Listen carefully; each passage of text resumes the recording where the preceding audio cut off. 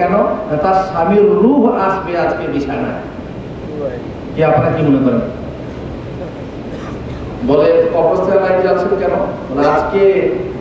আজকে যে দান করবে তার দান নিয়ে মরার নামে দান করতে হবে, মৃত ব্যক্তির নাম। যা দান করেছে তাদের সেই দান নিয়ে গর্ব করবে কবরস্থানে, কবরবাসীরা। তারপরে আরো কত রকম বিশ্বাস আছে। আপনারা কি জানেন যে কেউ মারা গেলে পরে তার রূহ ঘরে আসে? তো বিশ্বাস করেন না? আপনার বাজার যেতে রাস্তায় একটা বট গাছ আছে, সেই বট গাছে গতকাল একটা ছেলে বা মেয়ে গলায় দড়ি দিয়ে মারা গেছে। বাজার থেকে যখন ফিরলেন তখন মোটামুটি রাত 10টা-11টা, অন্ধকার, আপনার সাথে কেউ নেই, টর্চ নেই। সেই বটতলার পাশ দিয়ে যখন পার হবেন, কালকে যেমন পরশুদিন যেমন পার হয়েছিলেন, আজকে সেরকম পার হতে পারবেন?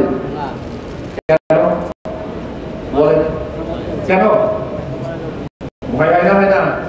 গা বাজে না? তাহলে কারণটা কি? এই বিশ্বাস যে কাল মরে গেছে, ভূত হয়ে এখানে থাকে আর ধূপ করে মাথায় পড়ে, আমি কি করবো? বলেন কেন? কারণ বলুন আমাকে কেন ভয় লাগে? ভয়টা কি কেমন লাগে? কবরস্থানের পাশ দিয়ে যখন আমরা পার হয়ে যাই তখন গা বাজে না? ভয় লাগে। একটু শব্দ করে, আরে ভাই বাদুড়ে, যে বাদুর পাখিতে বসে ফুল খাচ্ছে, ফুল, ওই যে বড় ব্যাগগুলো ফুল খাচ্ছে, আটিটা তো পড়বে, করে বাঁশ গাছে যেতে পড়ছে, আমার হচ্ছে এখন কম করছে। কেন ভয় লাগে? একটাই বিশ্বাস যে মানুষ মারা গেলে ভূত হয়, আত্মহত্যা করে মানুষ মারা গেলে তার রূহ ছুটে বেড়ায়। এই যে বিশ্বাস, এই বিশ্বাস সুবিশ্বাস না কুবিশ্বাস? সংস্কার না কুসংস্কার? কুসংস্কার। আর এই বিশ্বাস আমাদের মনে বদ্ধমূল হওয়ার জন্য আমরা ভয় খাই।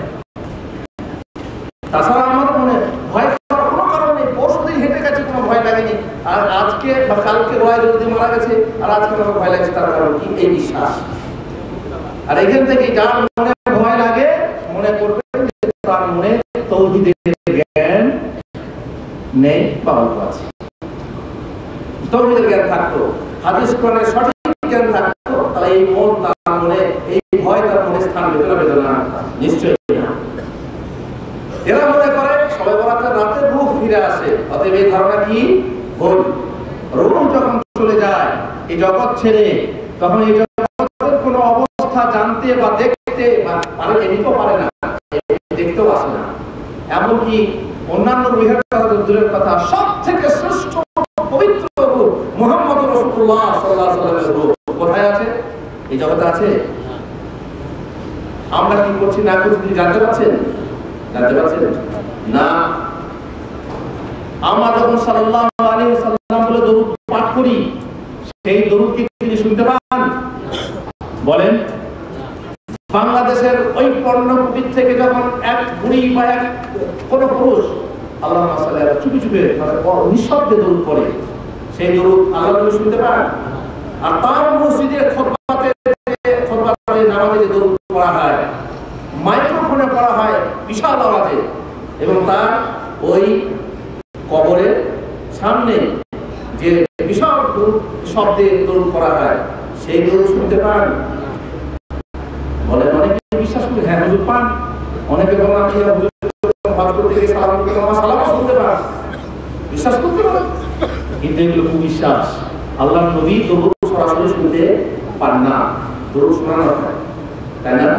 তাকে দরুদ, তাকে সালাম শোনানো হয়, পৌঁছে দেওয়া হয় ফেরেশতার মাধ্যমে।